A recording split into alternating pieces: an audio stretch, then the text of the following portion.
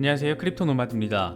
비트코인이 지속적인 반등세를 확인해주면서 시장 전반을 이끌고 있는 모습을 보이고 있습니다. 비트코인은 장중 43,500달러 근처까지 치솟으면서 황소 세력이 꽤나 열심히 밀어 올리려고 노력하는 모습을 확인할 수가 있습니다. 아슬아슬한 순간에 번번이 조금씩 다시 밀리는 것도 바라볼 수가 있는데, 옵션 만기를 앞둔 상황이다 보니까 황소와 곰 세력의 힘겨루기 강도가 더 거세진 것을 느낄 수가 있습니다. 현지 시간으로 3월 25일로 예정된 옵션 만기일은 어쩌면 의미 있는 수준의 변동성이 발생할지도 모르겠습니다. 코인텔레그래프가 이번 달 옵션 만기 상황을 세밀하게 분석했는데, 전반적으로 콜옵션이 우세를 보이고 있는 상황에서 황소 세력은 44,000달러 위로 밀어 올리는 것을 목표로, 또 곰 세력은 42,000달러 아래로 끌어내리려는 것을 목표 지점으로 삼은 것을 확인할 수가 있습니다. 여차하면 오랜만에 긴 장대 양봉 한번 바라볼 수도 있을 것 같은데, 물론 막연한 기대는 언제나 그렇듯이 금물인 것 같습니다. 이번 비트코인 반등에 결정적인 영향을 미친 존재에 대해서 이야기하지 않을 수가 없을 것 같은데, 바로 테라입니다. 100억 달러 규모의 비트코인을 순차적으로 매수해서 준비 자산으로 만들겠다 이렇게 말하더니 진짜 매집을 시작했는데, 하루에 비트코인 3,000개 정도를 매집하고 있는 것으로 추정되고 있습니다. 와, 진짜 이 양반들 대단하다, 이런 생각밖에 들지 않는 것 같습니다. 리플 소송은 뭔가 확실히 꿈틀거리는 강도가 이전과는 사뭇 다른 것 같습니다. 이번에는 리플 측이 이번 소송이 시작된 이후 처음으로 기한 연장을 요청해서 주목받고 있습니다.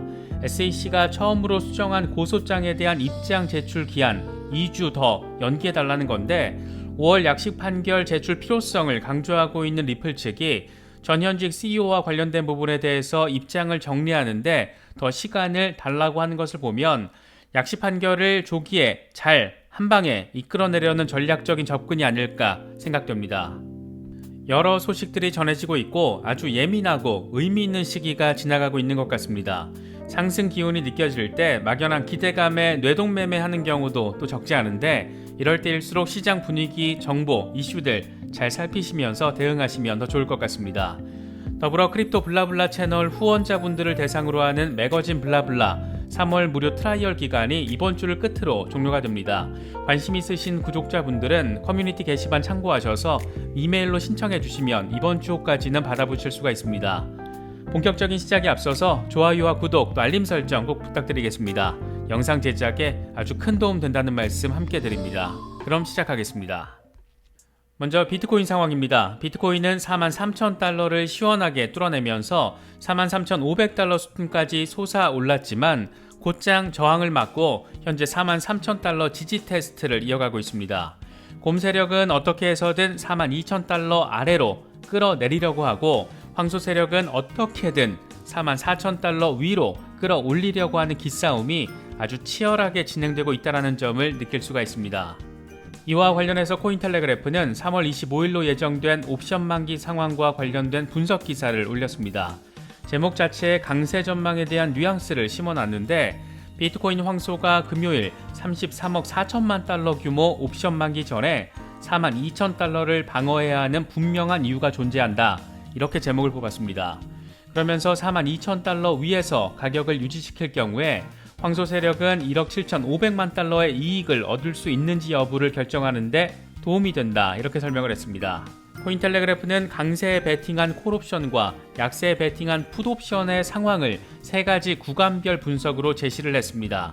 먼저 39,000달러에서 42,000달러 사이, 여기서 콜옵션은 6,300, 풋옵션 역시 6,300, 쌤 이런 상황을 확인하고 있습니다. 다음으로는 42,000달러에서 44,000달러 구간 사이에서는 콜옵션이 8,700, 풋옵션이 4,600으로 이렇게 정리가 될 경우에는 결과가 1억 7,700만 달러로 황소에게 유리합니다. 마지막으로 44,000달러에서 45,000달러 사이에서는 콜이 1,600, 풋이 4,300으로 강세 베팅 비중이 압도적으로 높고, 이 구간에서 마감될 경우에는 황소 세력의 수익이 2억 8천만 달러가 됩니다. 이와 관련해서 코인텔레그래프는 비트코인 곰 세력은 1억 7,500만 달러 손실을 피하기 위해서 3월 25일 가격을 42,000달러 아래로 압박을 해야 한다. 반면 황소 세력에게 있어서 최상의 시나리오는 2억 8천만 달러로 이익을 늘리기 위해서 4만 4천 달러 위로 가격을 밀어 올려야 한다. 이렇게 지금의 상황을 아주 간단하게 정리를 했습니다. 이런 부분들 잘 참고하시고 대응하시면 더 좋을 것 같습니다.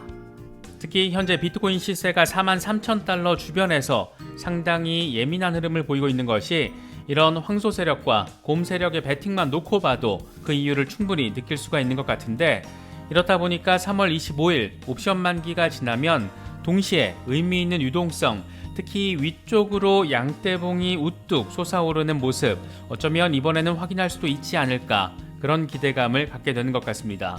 물론 반대 상황이 벌어지면 또 한번 급격한 후퇴가 발생할 수도 있는 만큼 전반적인 시장 분위기는 계속해서 체크하시면서 시장 대응하시면 더 좋을 것 같습니다. 테라 프로젝트는 진짜 좀 무서운 것 같습니다. 테라폼 랩스의 권도형 CEO가 최근 100억 달러를 투입해서 지속적으로 비트코인을 매집할 것이고 비트코인을 테라 생태계의 준비 자산으로 만들 것이다, 이렇게 밝혀서 암호화폐 시장에 아주 신선한 충격을 안기기도 했습니다.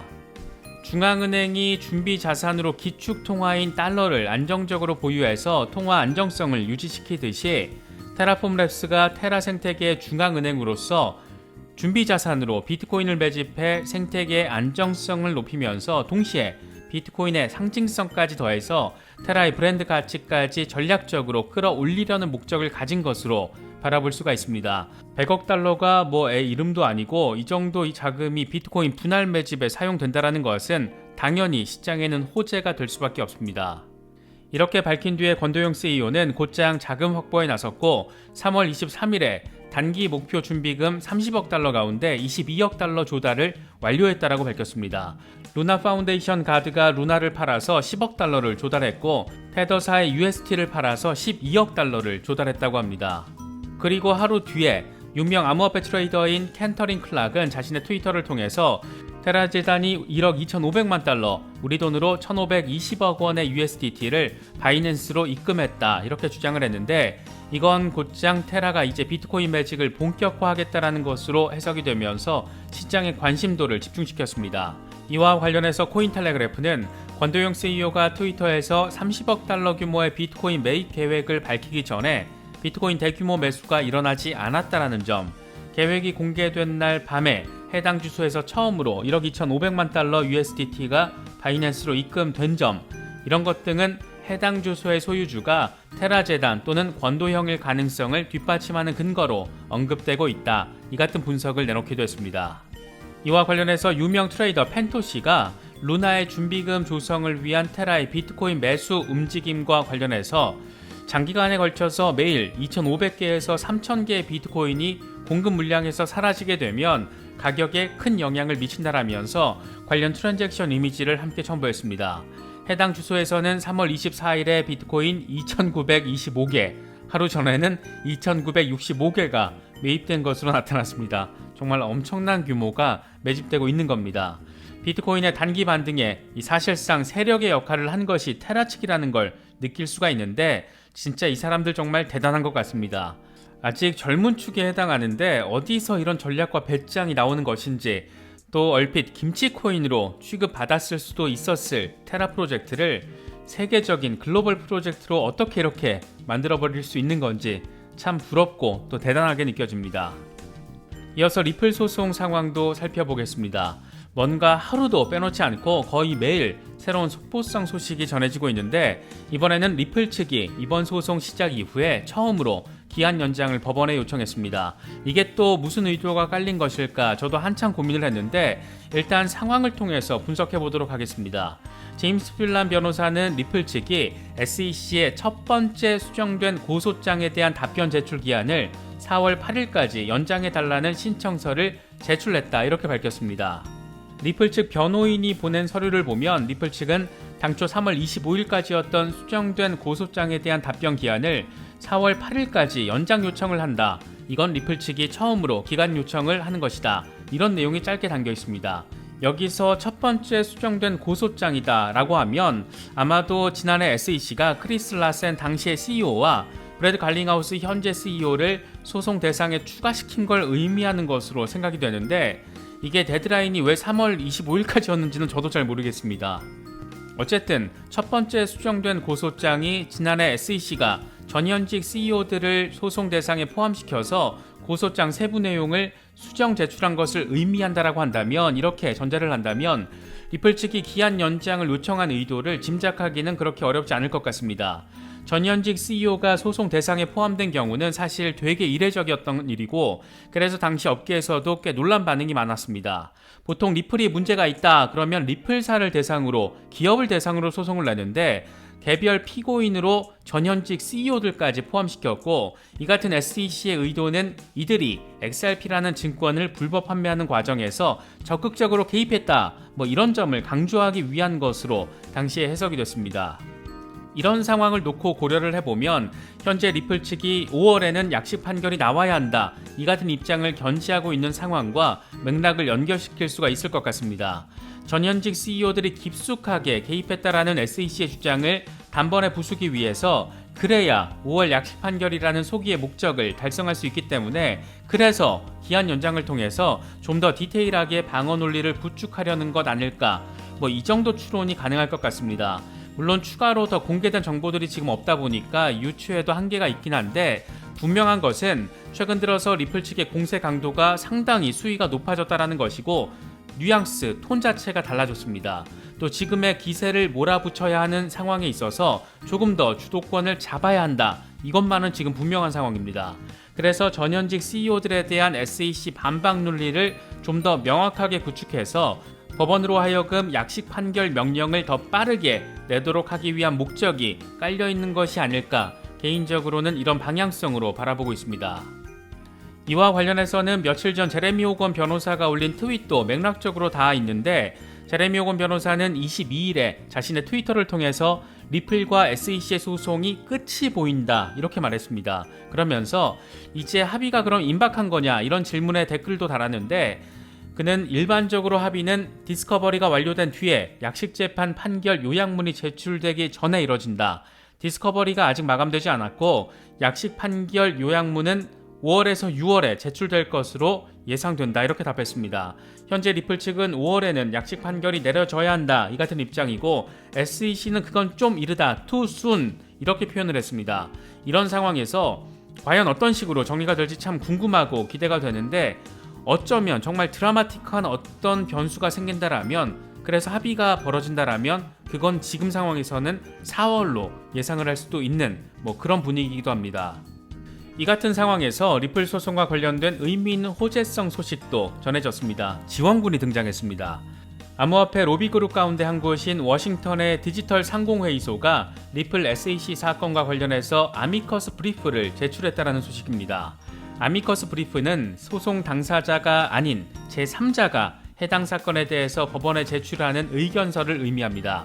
과거 디지털 상공회의소는 텔레그램과 SEC 사이의 소송에서도 아미커스 브리프를 제출했었는데, 당시에는 잠재적인 투자 계약과 디지털 자산을 구별하는 데 중점을 뒀습니다.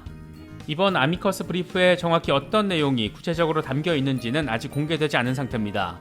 하지만 암호화폐 진흥을 목적으로 하고 있는 로비 단체가 제출한 의견서인 만큼 당연히 암호화폐와 증권을 구별하는 데 중점을 두는 내용이 담겼을 것이라는 점은 쉽게 예상할 수 있을 것 같습니다. 일단 소송의 당사자가 아닌 외부에서 리플 측에 우호적인 의견을 전달했을 가능성이 높다는 점에서 요즘처럼 암호화폐 시장이 각광받는 시기에, 특히 리플이 자체적으로 엄청난 퍼포먼스를 보이고 있는 그런 시기에 참 의미 있는 소식이 아닐까 생각됩니다. 거시적인 경제 상황은 여전히 쉽지 않은 것 같습니다. 고강도 금리 인상은 이제 변수가 아닌 상수가 된 것 같고, 러시아 전쟁 리스크도 산 넘어 산인 것 같습니다. 그만큼 언제든지 어떤 이상한 수준의 외부 충격 올 수도 있는 상황인 만큼 시장 반등에 대한 기대감도 물론 중요하지만 혹시 모를 상황에 대한 대비도 늘 필요하지 않을까, 그런 생각이 들기도 합니다. 여러 소식들이 시장을 바라보시는데 조금이나마 도움이 될 수 있으면 좋겠습니다. 이번에 준비한 영상은 여기까지입니다. 영상이 도움이 되셨다면 좋아요와 구독, 또 알림 설정 꼭 부탁드리겠습니다. 영상 제작에 아주 큰 도움 된다는 말씀 함께 드립니다.